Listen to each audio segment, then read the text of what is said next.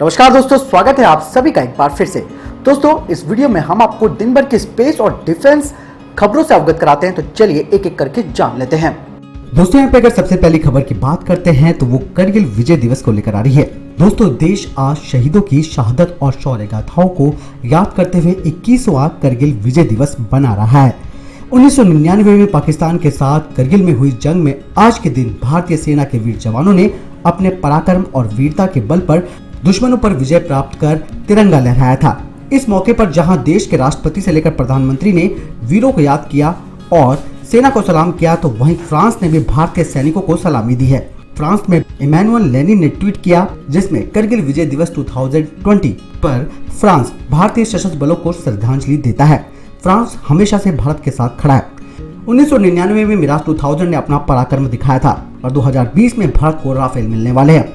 दोस्तों, फ्रांस के मिराज 2000 लड़ाकू विमानों ने भारत की जीत में अहम भूमिका निभाई थी।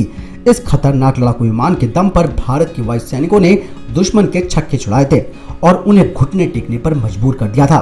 दोस्तों, टेक्निकल अस्त्र, जो कि आपका अपना ही चैनल है, वो भी भारतीय सैनिकों को सलाम करता है करगिल विजय दिवस के इस महत्वपूर्ण मौके पर।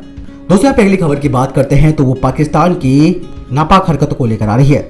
पाकिस्तान के वायुसेना प्रमुख ने शनिवार को पाकिस्तान के अवैध कब्जे वाले कश्मीर यानी कि पीओके के एक वायुसेना अड्डे का दौरा किया, जहां उन्होंने वहां की गतिविधियों का जायजा लिया है। पाकिस्तान के सरकारी रेडियो की तरफ से जो खबर आई है, उसमें गिलगित बाल्टिस्तान के स्कर्दू स्थित कादरी पाकिस्तानी वायुसेना अड्डे के कर्मियों को वायुसेना प्रमुख मुजाहिद अनवर खान ने कहा कि पाकिस्तानी एयरफोर्स किसी भी समय विरोधियों के दुस्साहस का जवाब देने को तैयार है, यानी कि उन्होंने भारत को चेतावनी दी है। खान ने कहा कि पाकिस्तानी वायुसेना इस क्षेत्र में पूरी जमीन के विकास के लिए पूरी तरह से सजग है और किसी भी समय में दुश्मन के आक्रामक रवैये से निपटने के लिए तैयार है। यानी कि पाकिस्तान भारत को एक बार फिर से ललकार रहा है, लेकिन उसे ये बात भी मालूम है कि पीओके भारत का हिस्सा है और भारत उसको लेकर रहेगा। दोस्तों, अगली खबर की बात करते हैं तो तिब्बत को लेकर आ रही है। लंबे समय से भारत चीन सीमा पर चीन की ओर से हरकतें चल रही हैं। अब भारत ने चीन को उसी की चाल में घेरा है, तो चीन की बौखलाहट यहाँ पर शुरू हो चुकी है। उसने अपनी सेना को जुटाना शुरू कर दिया है। दरअसल भारत का एक जासूसी सैटेलाइट हाल ही में चीन के कब्जे वाले तिब्बत के ऊपर से गुजरा है। इस सैटेलाइट ने अच्छी खासी जानकारी जुटाई है। ये सैटेलाइट एमीसैट है, जो इंटेलिजेंस इनपुट जुटाने का काम करता है। इसमें एक ELINT यानी कि इलेक्ट्रॉनिक इंटेलिजेंस सिस्टम है, जिसका नाम कौटिल्य है, वो लगा हुआ है, जिसकी खूबी ये है कि वो रक्षा क्षेत्र की अहम जानकारियां जुटा सकता है।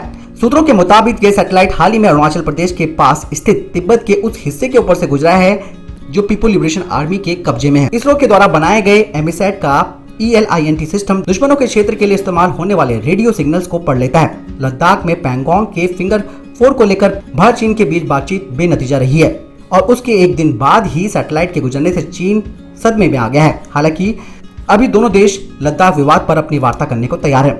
सूत्रों के मुताबिक चीन ने डेप्सांग सेक्टर में अपने सैनिक जुटाए हैं। चीनी सैनिकों को LAC के पास गड्ढा खोदते हुए देखा जा सकता है। सूत्रों ने बताया कि भारत के रडार सैटेलाइट राइसैट 2BR1 चीन की पीपल लिबरेशन आर्मी नेवी की जिबूती बेस, जो कि अफ्रीका में है, उसके ऊपर से भी गुजरा था। जिबूती नेवी बेस चीन का इकलौता ऐसा बेस है जो देश के बाहर है। हाल ही में ऐसी खबरें आई थी कि चीन ने जिबूती के पास अपने 3 युद्धपोतों को तैनात किया है। इससे पहले भी भारत का सैटेलाइट एमीसैट के ELINT ने पाकिस्तान नेवी के ओमरा बेस, जिसे जिन्ना नेवल बेस कहा जाता है, उसके ऊपर चक्कर लगाया था। इस बेस के बारे में कहा जाता है कि यहाँ चीन के सहयोग से पाकिस्तान ने सबमरीन जुटा रखी है। हालांकि भारत और चीन के बीच वार्ता जारी है, लेकिन आशंका जताई जा रही है कि पाकिस्तान और चीन मिलकर सर्दियों तक भारत के खिलाफ कश्मीर और लद्दाख में दोहरी लड़ाई की तैयारी में है। दोस्तों, आप अगली खबर की बात करते हैं तो अलकायदा को लेकर आ रही है। संयुक्त राष्ट्र की एक रिपोर्ट में कहा गया है कि पाकिस्तान में करीबन 6000 से 6500 आतंकवादी पड़ोसी देश अफगानिस्तान में सक्रिय हैं, जिनके अधिकतर संबंध तहरीक-ए-तालिबानी पाकिस्तान से हैं और वे दोनों देशों के लिए खतरा हैं। खबरों की माने तो बांग्लादेश, भारत, पाकिस्तान में 150 से 200 संगठन इसके सदस्य हैं। साथ ही इनका मौजूदा जो सरगना है ओसामा महमूद, जिसने मारे गए असीम उमर की जगह ली है, वो इस वक्त एक्टिव हो चुका है। रिपोर्ट की माने तो वो अपने पूर्व सरगना का मौत का बदला लेने के लिए जवाबी कार्रवाई की साजिश रच रहा है। ऐसे में भारतीय सेना को भी सतर्क होने की दोस्तों जरूरत है, ताकि इस तरीके के जो हमले हैं, ये जो कर सकता है, उससे समय रहते निपटा जा सके। दोस्तों, अगली खबर की बात करते हैं तो चीन और म्यांमार को लेकर आ रही है। हाल ही में म्यांमार थाईलैंड सीमा के बीच अवैध चीनी हथियार बरामद हुए हैं, जिसके बाद उत्तर पूर्वी क्षेत्र में एक बार फिर विद्रोह भड़काने की कोशिश को लेकर भारत की चिंता बढ़ गई है।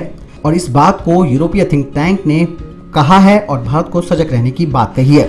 दोस्तों, इस रिपोर्ट में ये बात सामने आई है कि शुरुआती जांच में पता चला है कि ये हथियार म्यांमार के विद्रोही समूह के लिए ले जाए जा रहे थे। आपको बता दें कि इस बात ने भारत को फिर से एक बार चेता दिया है कि आतंकी समूह को चीन के द्वारा समर्थन दिया जा रहा है। सूत्रों से मिली जानकारी के मुताबिक इन हथियारों का इस्तेमाल AA यानी कि अरकान आर्मी इसका इस्तेमाल कर सकती है। जब्त किए गए सारे हथियार असली हैं और चीनी निर्मित है। इस रिपोर्ट में कहा गया है कि भारत में नॉर्थ ईस्ट के विद्रोही जो कि वर्षों से म्यांमार की शरण लेते रहे हैं और अरकान आर्मी जिसकी जड़ें म्यांमार के रखाइन स्टेट में हैं, दोनों भारत के लिए सुरक्षा की चुनौतियां पेश कर सकते हैं। राष्ट्रीय सुरक्षा के लिए खतरा होने के साथ वे भारत की एक्ट ईस्ट पॉलिसी में भी अड़चन डालते हैं। यूनाइटेड स्टेट मिलिट्री इंटेलिजेंस के एक पूर्व अधिकारी ने कहा है कि चीन का म्यांमार में डिप्लो आतंकवाद बढ़ रहा है। साथ ही म्यांमार में कूटनीतिक प्रभाव जमाने के लिए चीनी समूह अरकान आर्मी को फंड और आधुनिक हथियार भी मुहैया करा रहा है। यानी कि यहाँ पर भारत की चिंता एक बार फिर से बढ़ गई है, क्योंकि नॉर्थ ईस्ट में विद्रोहियों को भड़का सकता है चीन और ये हथियार मिलना उसका एक जीता जागता उदाहरण है।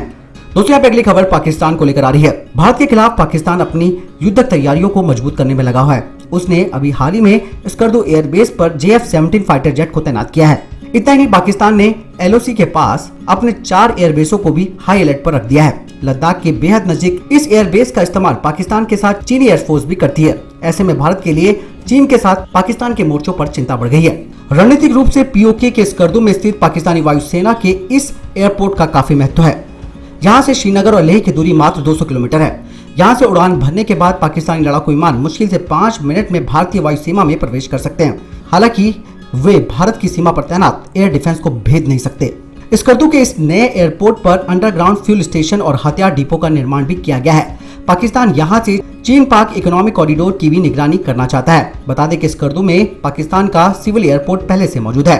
दोस्तों, यहाँ पर अगली खबर पाकिस्तान और चीन को लेकर आ रही है।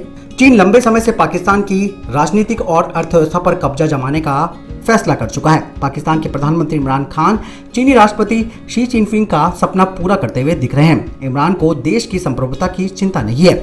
एशिया टाइम्स में प्रकाशित रिपोर्ट के मुताबिक इमरान खान वास्तव में पाकिस्तानी सेना की कठपुतली है। वे चीन के राष्ट्रपति के आगे इस कदर झुक जाते हैं कि देश के कायदे कानून ताक पर रख देते हैं। दरअसल पाकिस्तान का योजना एवं विकास मंत्रालय देश के सर्वाधिक महत्वपूर्ण संस्थानों में से एक है, जहां बैठे आला अधिकारी चीन पाकिस्तान आर्थिक गलियारा परियोजना में चीन की कठोर शर्तों को लेकर सहज नहीं है। ऐसे में चीन को डर है कि ये अधिकारी जांच के बहाने परियोजनाओं को उलझा सकते हैं। समझौते के गोपनीय दस्तावेज भी इन अधिकारियों की नजरों से नहीं बचे हैं, क्योंकि निर्णय लेने की प्रक्रिया में वे जुड़े रहते हैं। अगर इस मंत्रालय को किनारा कर दिया जाता है तो चीन के लिए ये खेल आसान हो जाएगा और इमरान खान ऐसा ही कर रहा है। अगर चीन कामयाब रहता है यहाँ पर तो इमरान खान के जो अधिकार है वो सीमित हो जाएंगे। इसका मतलब ये हुआ कि पाकिस्तान के प्रधानमंत्री अब जिनपिंग के आदेश का पालन करने के लिए बाध्य रहेंगे। साथ ही ये बात भी सच है कि चीन कमजोर अर्थव्यवस्था वाले देशों को कर्ज के जाल में फंसाता है। आखिरकार कर्ज चुकाने में असमर्थ देश अपनी राजनीति और अर्थव्यवस्था को चीन के हाथों में दे डालते हैं। पाकिस्तान की इमरान सरकार चीन का ये सपना पूरा करता हुआ दिख रही है और पाकिस्तान भी इसके लिए तैयार है। दोस्तों, इस वीडियो के संबंध में अगर आपका कोई प्रश्न है या आपका कोई जवाब है, आप जरूर मुझे कमेंट बॉक्स पर लिखकर पूछ सकते हैं। साथ ही इस वीडियो को लाइक करना ना भूलिए और चैनल को सब्सक्राइब करना ना भूलिएगा। धन्यवाद। जय हिंद, जय भारत।